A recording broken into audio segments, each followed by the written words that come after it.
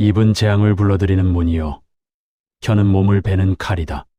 살다 보면 가만히 있으면 중간이라도 갈 텐데 쓸데없는 말을 한마디 보태서 공들여 쌓은 탑을 와르르 무너뜨리는 사람들을 봅니다. 반면 말수가 적고 조용한데도 왠지 모르게 범접할 수 없는 아우라와 기품이 느껴지는 사람들이 있습니다. 우리는 그런 사람들을 보며 참 귀티가 난다, 품격이 있다고 말합니다. 사람의 격은 입고 있는 명품 옷이나 타고 다니는 외제차에서 나오는 것이 아닙니다. 그 사람이 무심코 내뱉는 말 한마디, 그리고 굳게 담은 입술의 침묵에서 결정됩니다. 말은 그 사람의 인격이자 마음의 소리를 담는 그릇이기 때문입니다. 조선 최고의 천재이자 실학자였던 다산 정약용 선생은 장장 18년이라는 긴 유배 생활 동안 패족이 되어버린 집안을 다시 일으키기 위해 아들들에게 수백 통의 편지를 썼습니다. 그 절절한 편지들 속에서 다산이 가장 강조하고 또 경계했던 것이 바로 입단속이었습니다. 한마디 말이 이치에 맞지 않으면 천마디 말이 다 쓸모없게 된다는 것입니다. 오늘 영상에서는 다산 정약용 선생의 지혜를 빌려 존경받는 어른이 되기 위해 절대 입 밖으로 꺼내지 말아야 할 3가지 말에 대해 이야기해 보겠습니다. 오늘 이 영상을 통해 가벼운 혀를 다스리고 침묵의 무게로 당신의 품격을 한 단계 높이시길 바랍니다. 첫째, 자신의 가난과 불행을 습관적으로 하소연하지 마십시오. 사람은 누구나 힘든 시기를 겪습니다. 사업이 망하기도 하고 몸이 아프기도 하고 자식이 속을 썩이기도 합니다.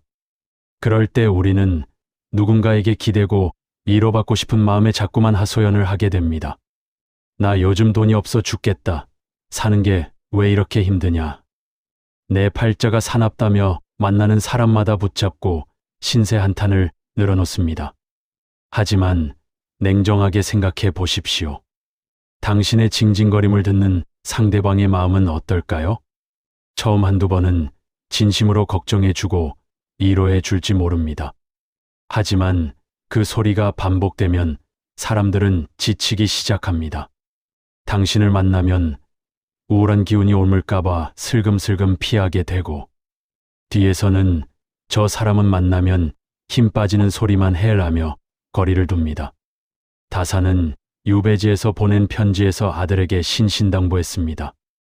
비록 우리가 지금은 죄인의 자식이 되어 가난하고 비천하게 살고 있지만 절대로 남에게 가서 비굴한 표정을 짓거나 구차한 소리를 하지 말라고 말입니다.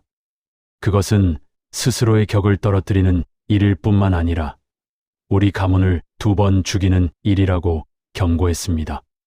더 무서운 것은 내 입에서 나온 부정적인 말은 내 귀가 가장 먼저 듣고 내 뇌에 가장 깊이 박힌다는 사실입니다. 나는 불행해라고 말하는 순간 당신의 뇌는 정말로 불행한 증거들을 찾아내기 시작하고 결국 당신의 인생은 당신이 말하는 대로 흘러가게 됩니다. 이를 심리학에서는 자기 실현적 예언이라고 합니다. 진짜 품격 있는 사람은 자신의 고통을 남에게 떠벌리지 않습니다. 그 고통을 침묵으로 삼키고 견뎌낼 때 그 아픔은 당신을 성장시키는 걸음이 됩니다. 하지만 입 밖으로 뱉어내는 순간 그저 남들의 술안주 거리가 될 뿐입니다. 힘들수록 어깨를 펴고 당당하십시오. 동정을 구걸하지 않는 그 단단한 태도에서 비로소 귀티가 흐르는 법입니다. 둘째, 남을 비난하고 깎아내리는 뒷담화를 하지 마십시오. 사람들이 모인 자리에서 가장 쉽고 재미있게 할 수 있는 대화가 바로 남 흉보기입니다. 공통의 적을 도마 위에 올려놓고 신나게 씹다 보면 왠지 모를 유대감이 생기고 스트레스가 풀리는 것 같습니다. 하지만 그 자리가 파하고 집으로 돌아가는 길을 떠올려 보십시오. 마음 한구석이 개운하던가요? 아니면 왠지 모르게 찝찝하고 허무하던가요? 아마 10중 8구는 찝찝했을 겁니다. 왜냐하면 무의식 중에 알기 때문입니다. 저 사람은 다른 데 가서 내 욕도 하겠구나. 남을 깎아내려야만 내가 높아진다고 착각하는 것은 소인배들의 전형적인 특징입니다. 그들은 자신의 열등감을 감추기 위해 타인의 티끌을 찾아내어 비난하고 끌어내리려 합니다. 하지만 명심하십시오. 누군가를 향해 손가락질할 때 손가락 하나는 상대를 향하지만 나머지 세 개는 나 자신을 향하고 있다는 사실을 말입니다. 남의 흉을 보는 것은 하늘을 보고 침을 뱉는 것과 같아서 결국 더러운 침은 내 얼굴에 떨어지게 되어 있습니다. 다사는 아들들에게 항상 경계했습니다. 소인배들과 어울려 남을 욕하고 시비 거는 것을 즐기지 말고 차라리 그 시간에 책을 한 줄 더 읽거나 텃밭을 가꾸라고 말입니다. 말은 부메랑이 되어 반드시 돌아옵니다. 내가 뱉은 독설은 돌고 돌아 결국 내 가슴에 꽂히게 됩니다. 품격 있는 어른은 남의 단점을 보더라도 굳이 입 밖으로 꺼내지 않습니다.